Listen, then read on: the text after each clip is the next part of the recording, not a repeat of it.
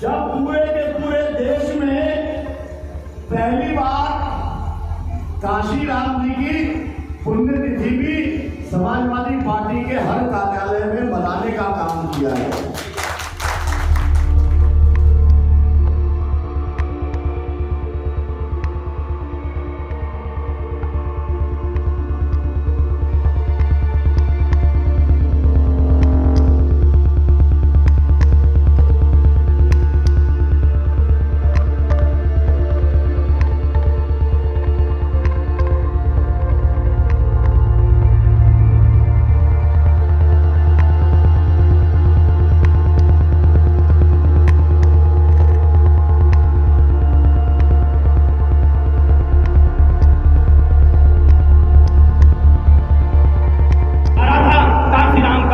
मुलायम सिंह और सब अंकल मिले मुलायम काशीराम हवा में जुड़कर जय श्री राम। बहुजन समाज पार्टी और समाज पार्टी को एक पहले तले आना होगा और बहुजन के लोगों को, समाजवादी के लोगों को इंडिया के तहत, इंडिया जो कमीशन बना है उसको चाहे जो ही भी लड़े पार्लियामेंट 2024 में, आपको अगर इंडिया के पैनल के तले आप सांसद नहीं बचा सकते, समझ लीजिए कि ये हिंदुस्तान आपके हाथ से निकल जाएगा। ये सामंतवाद का, डिक्टेटर का, मुलो सोनी का, इसके बाद हीरा लड़का, ये राज समाप्त, राज्य स्थापित हो जाएगा।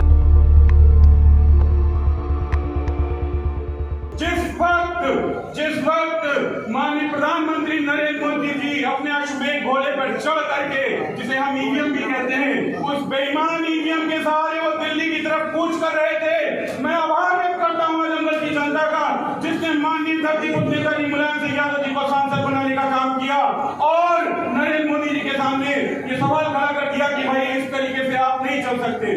मैं आभार व्यक्त करता हूँ आपका एक बार फिर से कि आपने नेताजी के बाद अखिलेश यादव जी को सांसद बनाने का काम किया। आजमगढ़ की जमीन क्रांतिकारी जमीन है, इसमें कोई ढकी छिपी बात नहीं।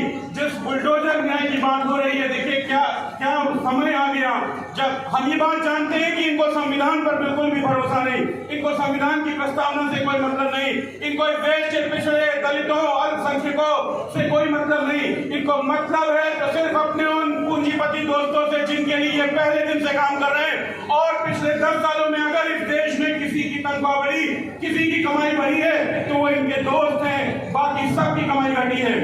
साथियों, मैंने बताया कि मैं पेशे से टीचर हूँ, IIT JEE और नीट की तैयारी करवाता हूँ। उससे भी जुड़ी कुछ बात मुझे आपसे करनी थी।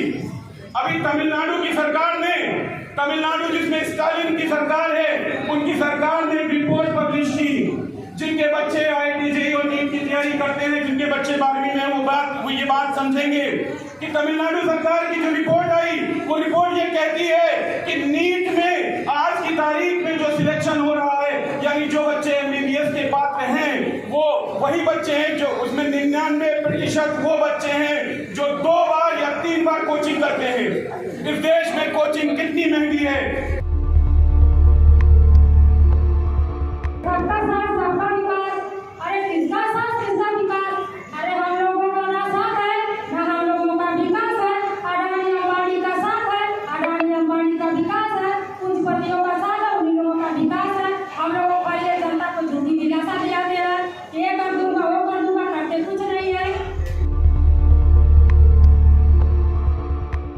उस ख्वाब को, उस सपने को पूरा करने का काम उन्होंने किया। जिस नारे की बात बार बार होती है, वो नारा उसी सपने को पूरा करने के क्रम का, उसकी रणनीति का एक हिस्सा था। और इसीलिए ये प्रयोग दूसरी बार भी किया गया। ये सीखा है जो काम मुलायम सिंह जी ने किया था, डॉक्टर लोहिया और अम्बेडकर जी के विचार को समन्वय करने का, वही काम अखिलेश जी ने किया। जब पूरे के पूरे देश में पहली बार काशीराम जी की पुण्यतिथि भी समाजवादी पार्टी के हर कार्यालय में मनाने का काम किया है। ये समन्वय और ये जो पूरी PDA की बात चल रही है, उसको लेकर तमाम सारे वक्ता यहाँ पर बोले हैं, बहुत स्पष्टता के साथ में बोले हैं। और मुझे इस बात की खुशी है कि वो बात नीचे तक इतनी पहुंच गई है और इतनी स्पष्टता से पहुंच गई है। मुझे लगता है सामाजिक न्याय की लड़ाई को अगर सफल बनाना है, उसे कामयाब बनाना है, तो फिर इसी लाइन के ऊपर आगे चलना पड़ेगा। लोग पहले एम्प्लॉय की बात करते थे, उससे काम नहीं चलेगा। आपको एक बॉर्डर लाइन्स बनाना पड़ेगा।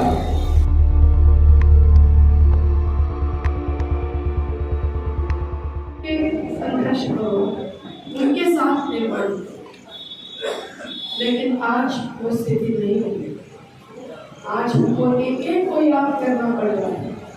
तथागत भगवान बुद्ध से लेकर पेरियार स्वामी तक, फातिमा शेख और सावित्रीबाई फुले तक, और बाबा साहब के साथ साथ हमारे जैसे याद करते हैं महात्मा गांधी जी को, जिनका कोई चित्र यहाँ नहीं दिखा है।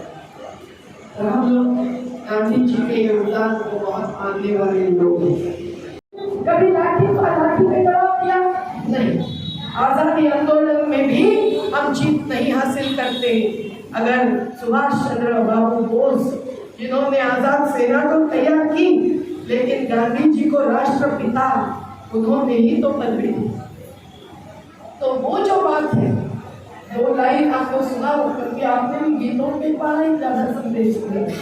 देवी तुम्हें आजादी बिना खड़गा बिना धार, साबरमती के संत तूने कर दिया कमाल। कोई हथियार न लेते हुए आजादी मिल गई। आज जो तिरंगा फहराते हैं, उन्होंने तिरंगा का 55 साल तक विरोध किया था। उनको हिंदू राष्ट्र बनाने के लिए इंग्रज सरकार पसंद आती थी। इसका सबका लिखा हुआ डॉक्यूमेंट हमारे हाथ में है।